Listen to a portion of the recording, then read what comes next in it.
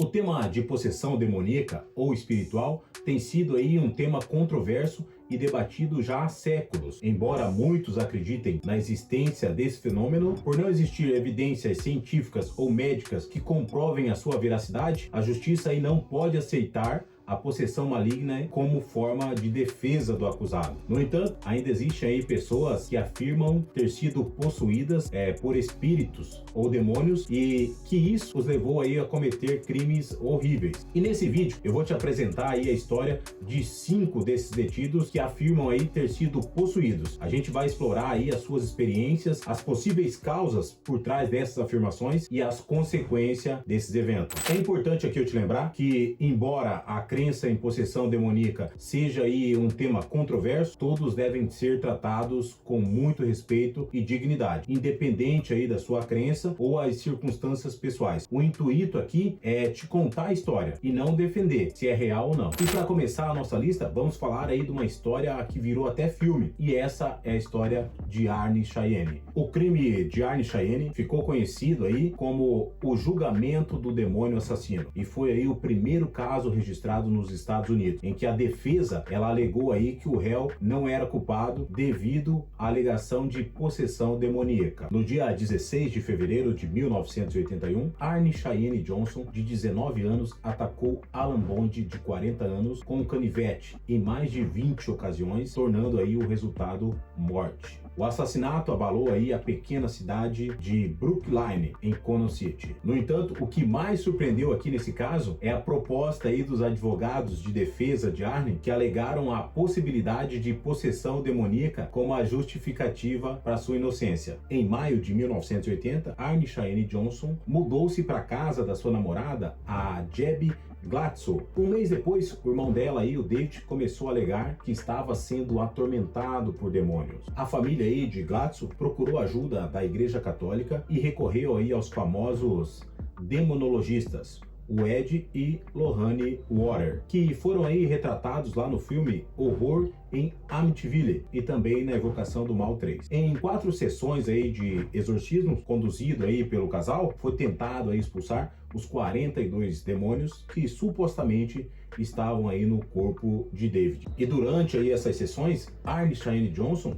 teria aí desafiado os demônios a possuírem o seu corpo ao invés do corpo do seu cunhado. E aí o advogado de defesa de Arne, Martins Minella, tentou aí apresentar essa justificativa durante o julgamento ali, mas o juiz ele rejeitou, afirmando então que não havia aí nenhuma evidência científica ou objetiva que comprovassem o caso. O júri aí considerou Arne culpado pelo homicídio em 1º grau e ele recebeu aí uma sentença de mais de 20 anos de prisão. E em segundo lugar aí da nossa lista está a história de David Berkowitz. Durante a década de 70, David Berkowitz aterrorizou aí a cidade de Nova York com uma série de assassinatos. E ele acreditava que demônios estavam se comunicando com ele e pedindo aí por sangue, tiro e mortes. Berkowitz, ele tinha aí uma preferência por mulheres jovens, de cabelos escuros e compridos, e eram frequentemente suas vítimas. E é claro que a polícia aí de Nova York já estava ciente que havia aí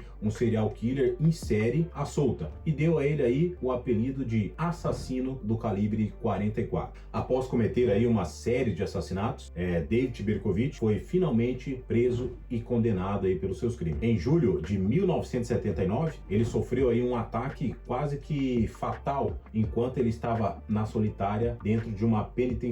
E na época, Berkowitz alegou que o ataque que ele havia sofrido foi uma vingança aí pelo fato dele ter falado aí a respeito dos cultos satânicos que ele havia participado e que são conhecidos aí como Filho do Sangue. E seguindo aí a nossa lista, uma história aí que é realmente intrigante. A história de Michael Taylor. Michael Taylor é um homem americano que ficou conhecido aí por um caso criminal bastante conhecido nos Estados Unidos. O assassinato da sua esposa Anna Taylor, em 1994. Michael e Anna Taylor eram um casal aí aparentemente feliz, com 3 filhos e viviam aí numa cidade próximo a Boston. No entanto, em novembro aí de 1994, Anna foi encontrada morta em sua casa com vários ferimentos aí causados por golpes de faca e martelo. A polícia investigou o caso e, após algumas semanas, ela já prendeu Michael e o amigo dele, o Paulo Barry, que teriam aí sido responsável pelo assassinato. Durante o julgamento, ficou evidente aí que Michael tinha um caso extraconjugal com a secretária Diana e que o casamento deles já não estava lá essas coisas. Além disso, foram apresentadas aí evidências em que ele e o amigo teriam planejado passo a passo desse assassinato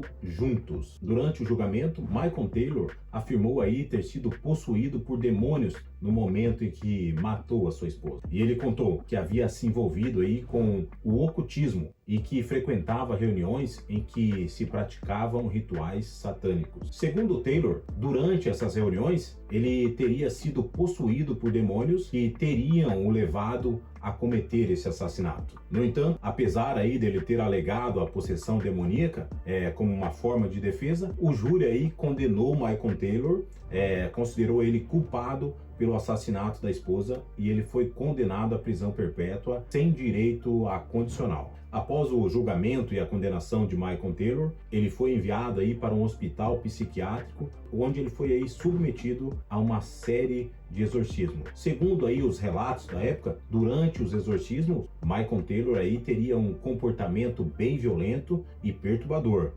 como se ele tivesse aí com umas forças malignas. Os exorcismos foram conduzidos aí por um padre angliano que acreditava aí que Michael ele estava aí sofrendo uma possessão demoníaca real. No entanto, apesar aí dos esforços do padre e de outros exorcistas, Michael Taylor ele não apresentou melhoras e permaneceu aí internado por vários anos. Atualmente aí não se tem nenhuma informação recente sobre o estado aí de Michael Taylor, mas o seu caso aí ficou bem conhecido como um dos mais controversos, envolvendo aí a alegação de possessão demoníaca e um caso criminal. E a seguir falaremos aí de mais algumas histórias sobre detidos aparentemente possuídos. Mas antes disso, se você está curtindo o vídeo até aqui, eu peço que você aproveite aí para deixar o seu like e se inscrever no canal. E o nosso quarto lugar está a história aí de Alan Menzies. Alan Menzies é um homem que alegou aí estar possuído por um demônio durante o julgamento pelo assassinato de Thomas McDrick em 1998